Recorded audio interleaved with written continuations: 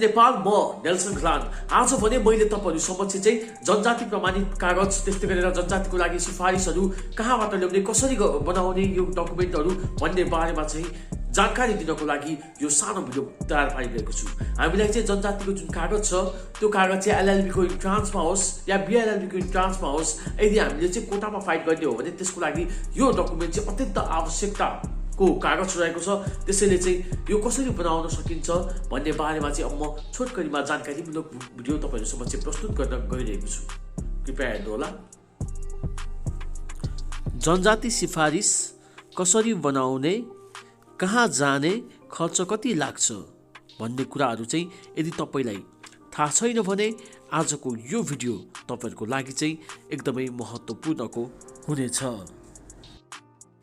सर्वप्रथम आफू बसेको सम्बन्धित वडा कार्यालयमा जानुपर्दछ। जनजाति सिफारिसको लागि 3 पुस्ते खुलाएर निवेदन लेख्नु पर्दछ।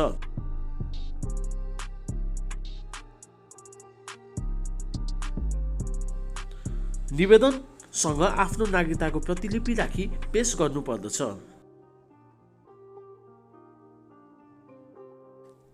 यसरी निवेदन र नागरिकताको प्रतिलिपि पेश गरिसकेपछि ओडाले सिफारिस गरिएको सम्बन्धमा भनी एउटा पत्र हामीलाई दिनेछ। ओडाले दिएको उक्त सिफारिस पत्र लिएर अब हामी जिल्ला प्रशासन कार्यालय जानुपर्ने हुन्छ।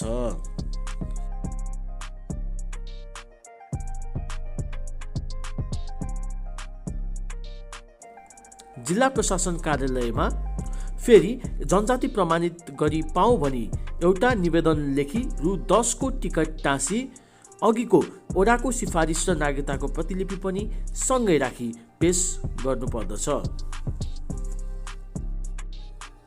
जिल्ला प्रशासन कार्यालयले प्रमाणित भनी जनजाति प्रमाणित गरिएको पत्र हामीलाई प्रदान गर्दछ।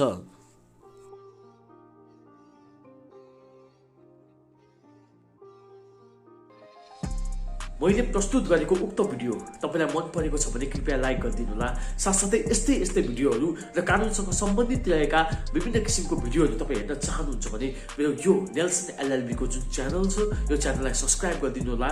साथसाथै मैले चाहिँ तपाईहरुलाई चाहिँ यो 5000 जुन सब्स्क्राइब मेरो जब पुग्छ त्यो पुगेको उपलक्ष्यमा चाहिँ म एकदमै राम्रो एउटा किताब जुन कानुनसँग सम्बन्धित रहेको हाम्रो दैनिक जीवनमा आधारित विभिन्न कानुनहरुसँग सम्बन्धित रहेको एउटा पुस्तक चाहिँ ती 5000 मध्ये एटलिस्ट दुईटा साथीलाई चाहिँ मैले दिने घोषणा गरिरहेको छु।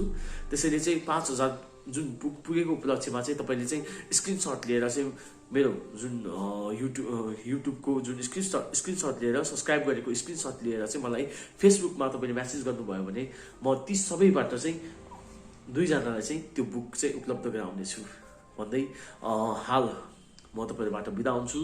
धेरै धन्यवाद दिनुभयो र यी सबै कुराहरु चाहिँ अन्य साथीहरुलाई पनि शेयर गरिदिनु होला भन्दै म आज तपाईहरु समक्षबाट बिदा हुन्छु। हस्त धन्यवाद। जय नेपाल, जय देश अनि जय कानुन।